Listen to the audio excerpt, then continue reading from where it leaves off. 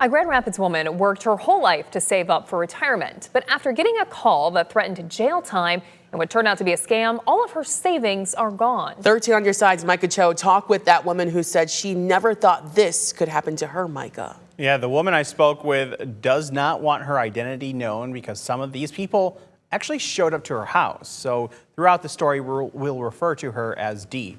While also being out $300,000, she's now on the hook for $60,000 in tax liability. For over 30 years, Dee put away money to save for retirement while working at Steelcase. But late last year, she got a suspicious pop-up on her iPad that eventually drained her savings account. It said, call immediately.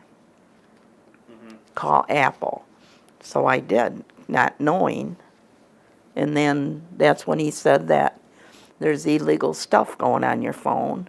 Are you doing it? And I said, no. The person on the other end of the phone claimed to be Mark Gray, the Chief Information and Chief Data Officer at the Federal Trade Commission. He told her that her identity was being used by international drug smuggling rings to buy cars and launder money. To get my name cleared, I would have to take everything out of my accounts. Kent County Sheriff's Public Information Officer Scott Dietrich says the suspects used urgency and keywords to get Dee scared enough to comply. So that's what these scammers rely on is urgency, fear, confusion. They want whoever they're talking to feel like there's no way out, that this is the only thing, the only option that they have to make this go away. In the following days, Dee would pull out $170,000 from Fifth Third Bank and $60,000 in cash from Chase. On 4 separate occasions, the scammer sent someone to her house to pick up the money that was packaged up in boxes from the bank.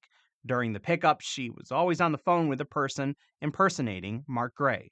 He would just say, I'm going to give you a code, and he's got to give you a code, and then you know it's him. And then he'd be on the phone, and then he'd say, okay, give it to him.